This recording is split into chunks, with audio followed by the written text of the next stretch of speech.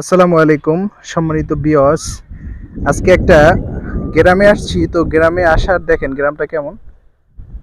একটা গ্রামে আসছি, তো আসার পরে একটা উঁচু জায়গার মধ্যে কিছু গাছ দেখতে পেলাম। কিন্তু গাছগুলো এমন একটা গাছ, দেখেন আমরা হাত দেওয়ার সাথে সাথে গাছগুলো সব ছোট হয়ে যাচ্ছে। এই যে দেখেন, আমি হাত দিচ্ছি, দেখেন গাছগুলোর কি অবস্থা হচ্ছে।